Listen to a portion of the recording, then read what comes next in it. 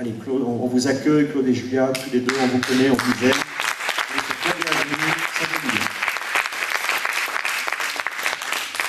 Parce que j'ai le micro, je vais profiter tout de suite.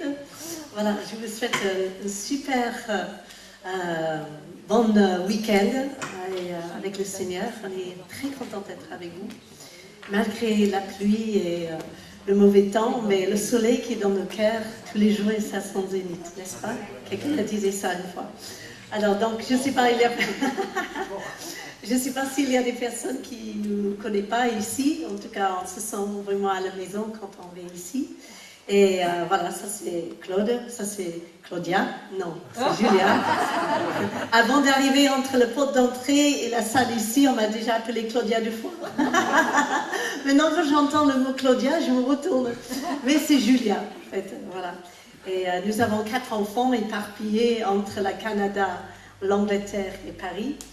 Et j'ai maman à la maison qui a 90 ans et que je prends un grand plaisir de prendre soin dans ces temps. Et aussi mon frère à la maison. Et donc on est sur la route à peu près 2 fois par mois, 2 week-ends par mois.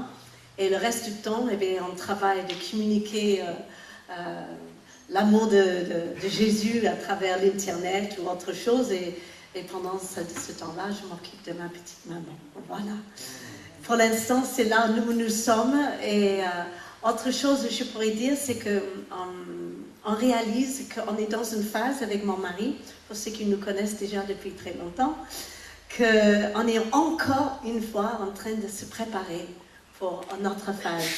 Et que parfois, on a l'impression, quand on a 20 ans ou 30 ans, ça y est, on est adulte, on y va, on est dans notre appel, ça glisse, c'est bon, on surfe. Et donc, non, c'était que, en fait, une palier de préparation encore pour une autre chose qui vient après. Et il faut jamais être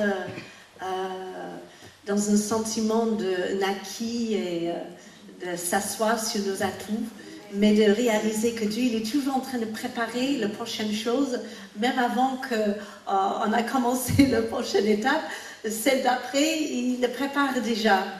Et donc, aujourd'hui, on est encore dans une manière, on se prépare pour une autre phase, une autre saison, et on est excité quelque part à cette idée, mais il y a aussi un plus grand sens de responsabilité chaque fois, parce qu'on est de plus en plus amoureux de Jésus, de son Église, de son royaume et de son Église. Et donc, on veut le soigner, on veut s'en occuper de cette Église qui est le corps du Christ. On va verser notre parfum précieux pour prendre soin de son corps, parce qu'il y a beaucoup de bobos à soigner, beaucoup de choses qui ont besoin d'être rétablies, et l'Église a besoin de beaucoup de parents. Alors, quand on était jeune, on regardait l'Église un peu comme ça, et aujourd'hui, eh bien, on a un regard un peu plus parents, même grands-parents. Et d'ailleurs, je profite de dire qu'on a déjà une petite fille, et il y a le deuxième, il y a ma fille Elisa, pour ceux qui le connaissent, elle va accoucher en 4 semaines, qui est un vrai miracle, et donc on se réjouit. Dans ce regard de grands-parents, je crois que l'Église a beaucoup besoin d'avoir des personnes qui ont un regard bienveillant et qui souhaitent de voir chacun s'épanouir et d'entrer pleinement dans son destinée. Ce matin, on va parler un peu de cette identité qui a besoin tellement d'être fortifiée pour affronter les épreuves de chaque jour.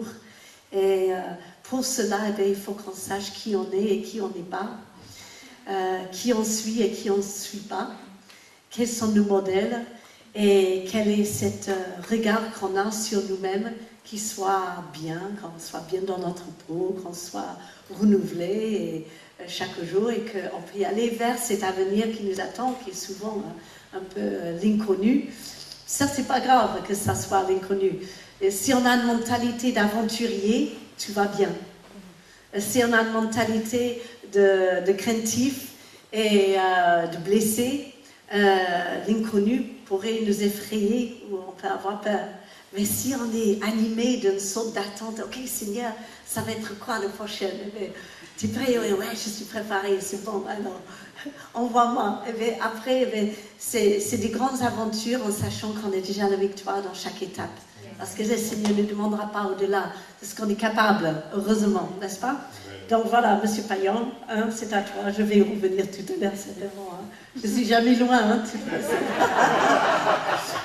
je suis plus son ombre, alors je suis parfois son reflet, mais je ne suis jamais loin. Voilà, on est heureux de se retrouver une fois dans l'année, là ça nous fait vraiment plaisir, puis on se met à jour avec nos amis ou en année, ce qu'on a vécu, il y a beaucoup de... On fait une mise à jour, hein. Puis on considère vraiment Jean-Claude et Marie-Claire comme des amis, hein. On est très heureux de pouvoir se revoir et de partager avec vous, hein. Voilà, simplement je prie que Dieu renouvelle l'humour de votre pasteur, et à partir de là, tout va s'améliorer. Alléluia.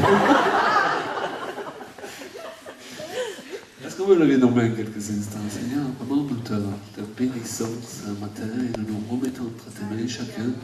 Tu connais le chemin des cœurs, tu connais chaque personne ici qui s'est donné la peine de venir.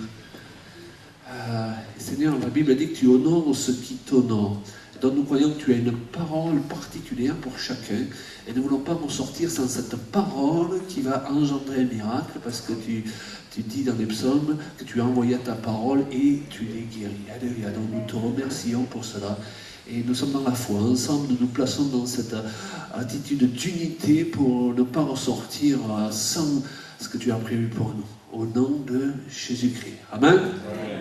La Bible dit dans Jean, l'évangile de Jean, que Dieu a tout créé par sa parole, tout ce qui a été fait par la parole, et rien de ce qui a été fait n'a été fait sans elle. Je crois que c'est vraiment un principe. À partir du moment où la parole de Dieu est libérée, eh bien, il y a un pouvoir créatif dans nos vies, hein, qui est libéré, qu'on doit saisir par la foi. Et donc on ne peut pas être autour de la parole de Dieu toute une journée comme ça, sans qu'il se produise des choses ou pendant la journée, ou à la suite de cette journée, ok? Donc, j'avais un peu présenté dans ce sens aussi la dernière fois qu'on était venus, et donc on se met d'accord tous ensemble pour ne pas perdre l'efficacité de cette parole. Hein? Quelqu'un a dit à Jésus, dis seulement une parole et je serai guéri. Donc, on a déjà commencé à partager plus qu'une parole. Alors merci Seigneur pour ta parole. Et puis on se rend compte que beaucoup des effets de cette parole, c'est parfois le lundi, après le week-end, c'est parfois dans la semaine, on reçoit beaucoup d'emails, de témoignages de personnes qui ont été guéries dans leur corps, alors que le sujet, c'était pas spécialement la guérison. Hein. Il y a quelque temps, on était dans une église, il y avait une jeune femme qui était là, qui avait un corset, elle devait être opérée le lundi, et puis le lundi, elle n'a pas eu besoin d'être opérée, elle était guérie, elle avait son corset. L'autre jour, c'était une personne qui nous donnait ce témoignage. J'ai des crises d'épilepsie depuis que je suis enfant. Il y a 2 ans, vous avez prié pour moi. Bon, il s'est avéré qu'elle est tombée par terre, c'est pas une obligation. Hein. Et depuis 2 ans, j'ai plus de crise d'épilepsie. Oh, ça c'est concret. Hein. On faisait un festival, hein, de musique, hein, et je donnais mon témoignage, comment Dieu m'avait guéri du dos, et puis voilà. Cet instant, quand on parle, on ne se rend pas toujours compte qu'il se passe quelque chose dans la salle, et le musicien qui dirigeait la louange le lendemain, il a commencé à donner ce témoignage avant de chanter. Eh bien moi, ça fait plusieurs mois que j'ai le bras qui est presque bloqué, j'ai du mal à jouer de la guitare, quand je me tourne dans mon lit la nuit, ça fait mal, et puis depuis cette nuit, j'ai plus mal du tout, je peux jouer normalement. On n'a même pas prié pour lui, vous comprenez, la parole fait son effet. Et c'est pour ça qu'il ne faut pas être lié par les formes. Si je tombe, Dieu me touche. Si je ne tombe pas, il ne me touche pas. Il faut que j'ai l'onction d'huile. Merci Seigneur pour l'onction d'huile, mais si ce n'est pas dirigé par le Saint-Esprit, ça ne sert à rien du tout. Tu vas être huilé pour rien, quoi. Ok. Et il faut l'imposition des mains. Non. Si Dieu dirige, il y a une imposition des mains. Alléluia, ok.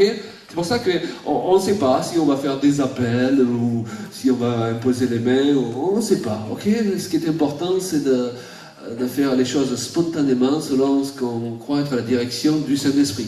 Je crois que moi qu'il y a parfois certains appels qui défendent tout le travail qui a été fait dans la prédication. Parce que les gens, ils s'avancent, ils commencent à parler, et à parler l'incrédulité, parler la peur, parler tout le contraire de cette ambiance qui a été créée par la libération de la parole de Dieu. Vous savez, Donc ces appels-là, ils servent à rien. Ce qu'on veut, c'est l'appel qui correspond à la pensée de Dieu. Parfois, c'est juste recevez la parole. Parfois, c'est juste levez-vous. D'autres fois, c'est on ne fait pas d'appel. Il y en a eu assez et on est assez grand pour recevoir. Amen. Alors, j'aime pas les... dès qu'on est lié par une forme, on est tombé dans la religion.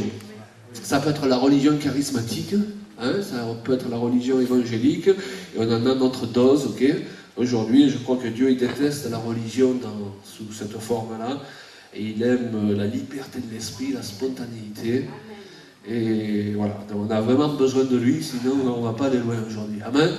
On a besoin qu'il nous dirige, qu'il nous donne les paroles, peut-être qu'on n'avait pas prévu de dire aujourd'hui, et qui vont changer le cours des choses dans telle ou telle vie.